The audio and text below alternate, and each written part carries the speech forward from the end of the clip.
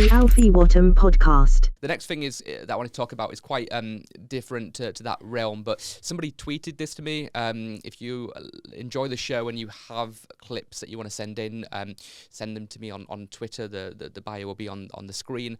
This is a 3D printed food. So you made a really interesting point a second ago, Pablo, about how the costs of like a banana could come to zero. And it very well might do if this type of tech takes off. So this allows you to put in some kind of materials, whatever the food's made out of. I have no idea if it tastes nice, but you can, download recipes and then click a button, and then boom, if you have a 3D printer and you have the substance in your house, then you can make any meal in theory. Let me show you a super quick clip. If you're watching on listening on audio, turn on the video, please, to check this out.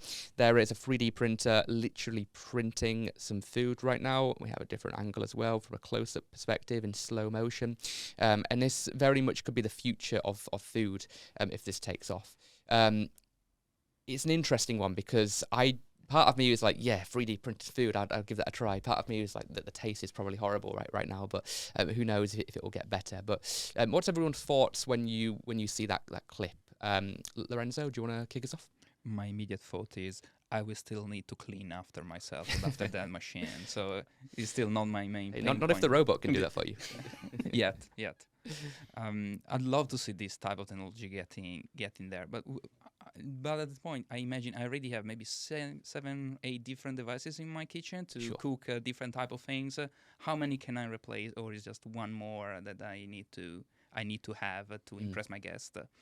I think there's going to be still a space for a fryer for all those different textures and gourmet food we would like to have in a good Christmas party. Sure. So I think what I see right now is limited to one type of food, but I probably need a battery of those to serve my guests properly. Yeah, I've got no idea how many different types of meals it can create at the moment. But if we think about the grand vision of this, it would be any food in theory. It would know the structure of it and the taste and the texture and the feel, and that's what it will be able to produce long term. But right now it's baby steps, right, on that journey. I can imagine this in a fast food where the same type of food is served every day, very quickly, very repetitive. No, it has to be up to standard. This is like the perfect standard for McDonald's and other big chains out there. Yeah. What's your take, Phil, when you see 3D printed food? Well, it's quite interesting, isn't it? Because I know a lot of people that I've worked with over the years that love the relaxation of cooking. Really. So they might work really, really hard and then go home and make a roast dinner and just enjoy that kind of peace of mind and the well-being that they get from that. So it takes away from that. So, but it's fine.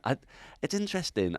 It does look disgusting, doesn't it? That food. It really, really is. I will not confess to being a good cook at all, and I eat for convenience, or I eat for carbohydrates or protein or something along those lines. So.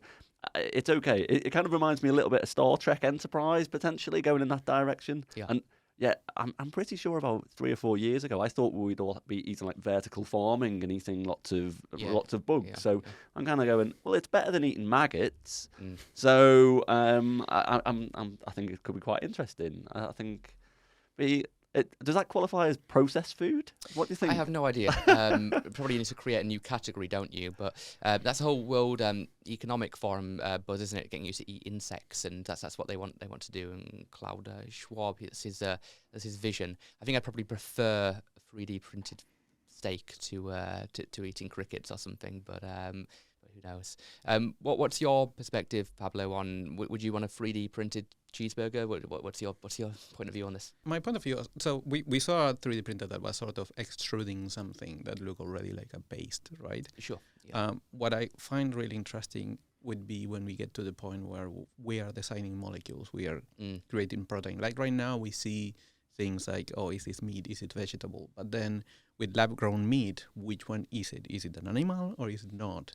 Well, it is a protein, right? And we can get to the point where, and I think this is possible in 20, 50 years, whatever, where we'll have food coming out of factories that is more nutritious and more tasty because we understand how the body works. We don't yet understand very well how processing food in the body works. Sure. But once we do, we can probably design foods that are better than what nature provides. Yeah, that's a very interesting use case, because if you can get the food to be the perfect nutrition based on each individual that's having that food, it will have the right amount of calories and everything, and that could be great for obviously for athletes to begin with, but just everybody could benefit from that. And I think specifically there could be a really good use case here in third world countries. Because if you have a food shortage, obviously I'm not naive, it would cost a lot of money to get one of these in everyone's homes and that sort of thing, or even if there was a centre where they had these and they could just mass produce different food, that could potentially, if it had the right calories, the right nutrition, the right vitamins, that could help solve world hunger if this tech was used correctly. Obviously a long way to go on that journey, but if it can give you what you need for your diet, that could benefit a lot of people. What's your take, Lorenzo, on that potential use case? Do you see that being a possibility, or is that a bit far-fetched? I see the possibility there out of family homes. I'm thinking that culturally, cooking and providing food for your family is a cultural thing for us. Sure. Now, it's something we do together, and there's a big pride in preparing a big meal in our family. So I think that I would struggle to sell that to my family, or I wouldn't feel well to have that for Christmas. But if I think of these applications out of family where food is made industrially for airplanes, airlines, or third world countries, or whenever we need just food, just the material itself, then this can provide a strong source of you can really speed up the production there. Yeah, I was having this conversation this morning with my wife actually, and she said exactly the same thing as you. She said it's going to be commercial, it's going to be mass produced, and I said, well, look, you order food from Deliveroo, Uber Eats. What's the difference between you go from making it to ordering it to printing it?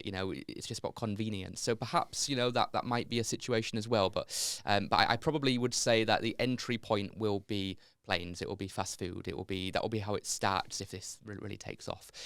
What's your take, Phil, on potentially this solving world hunger and the area that we just talked about there? Do you see that being a possibility? I mean, it will still require ingredients, won't you? You'll still require resources to put into these machines. Yeah, So yeah. I think you still need that. It's interesting around the, you could create combinations for nutrition and understand the body much more. The fact is, I think we could solve world hunger right now. Yeah, without this. Sure. Yeah. It's not. It doesn't save that. I think the one thing it maybe does is provide a different variety of food for different cultures. And although, would you really want to rock up with a printing machine going, would you like a New York burger when you turn up in India? And you'd be like, not if it looks like that. No, thank you. Yeah. What's your, when you see this, Pablo, what do you think? Yeah, I totally agree. World hunger is not a food problem; it's an economic problem. Yeah, it's society, it's political, isn't it? Yes. Yeah. And I think that I do disagree that this is, if we think about 3D printer, that this is for like a mass-produced things, because 3D printers are not fast. 3D printers are custom. Sure. Yeah. So you ask me, do I want a 3D printer cheeseburger? And the answer is no. I want a 3D printer, something that doesn't have a name yet, because it has never existed before. Yeah. That's where I think this is interesting. Yeah. I can see that being a case where you have, the Amazon 3D printer, and when you purchase something on Amazon, it just prints it for you.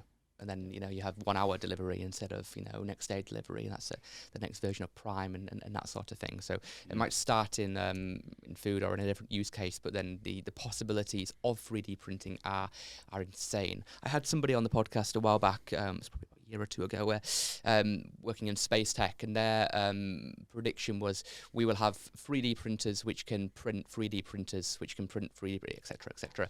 On those 3D printers, we will have cameras, we will have microphones, we will have sensors. They'll be sent out into space. They will self-replicate. You send out a couple, and then boom, they start making them. They attach onto planets, onto rocks, and then boom, you have all those cameras, all that audio, and then if that gets linked to something like a neural link where it's all in the mind, you'll be able to see everything, hear everything, feel everything, be everywhere. You'll become a technological version of God, to put a very weird slant on it. But 3D printing tech has the capability to do everything. You mentioned earlier about the robots going to Mars. You send the robots to Mars, you send the 3D printers to Mars, they make the homes, they make the robots put everything together, all the components, and then boom, then we go there afterwards. And that's a lot better way of doing it rather than you being up there with a hammer and screws and nails trying to put together the next colony. You mentioned, Lorenzo, around this could replace fast food, for example. That could take away jobs in other subsets as well. For example, why do you need a chef if you have a restaurant where you can just press a button and it makes it? Why do you need a cookbook if you can just download a recipe? Do big tech then own, have patents on certain recipes and food? Do they have to sell you a subscription where you can then access certain amounts of food and you have to pay more if you want to unlock other types of food? So this once again, similar to the robots, could replace a lot of jobs. Once again, create jobs as well. But what's your view on like the economic side of this, Lorenzo, in terms of jobs? Do you see that being a risk or a possibility? If you want to replace chefs, for example, as you mentioned, you will still need to build this machine, design the dishes, design a full meal course, right? That's something maybe an AI will need to do, or something, a more advanced form of robot will need to be put in place. But ultimately, if you talk about restaurant, you go out for the experience. This might be an oddity for now. It might be something different that you might experience. It might be fun to talk about robots. Maybe they will have their own YouTube channel and Michelin stars, and we will start to see them online. There is a possibility of I can totally see this happening, right? I can imagine me in a distant future seeing everything pre-made, pre-built according to my taste. Sure. But when I want an experience, I want people, right? Maybe those people will be sitting around next to me rather than be in the kitchen. Yeah. So the experience point, the human factor is still very important for this type of technology. I'm envisioning a restaurant where you have 3D printed food brought to you by robots. That's a restaurant of the future, perhaps, maybe for good or bad reasons. What's your take, Pablo, on the fact that this could replace a lot of jobs? Where do you see that going? Same as before, I guess. It's going to be painful. Yeah. We need to have better systems in place to help people when they lose their jobs because of technology. But it's going to happen. Like a lot of the times, I see protests against these sort of things, and we see it. This is far-fetched, but the removing cashiers and replacing them with touch screens, that's something that's happening right now. Absolutely. In fast food restaurants all over the place. Yeah. And to be honest, the McDonald's with no people in it feels a little bit bleak. But then again, I don't want somebody having that job just for my enjoyment. I think that's extremely selfish to say a person needs to be there because that makes me feel better. Yeah. And it's happening already, and I don't think the protests are going to have an effect because the value is just too high for the shareholders.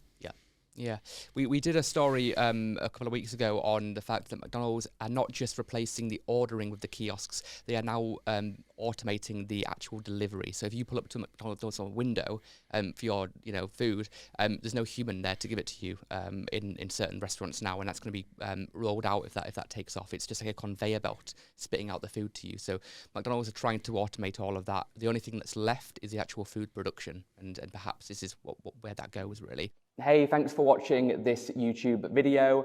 If you want to see more like this, please remember to subscribe, and I'll see you in the next video.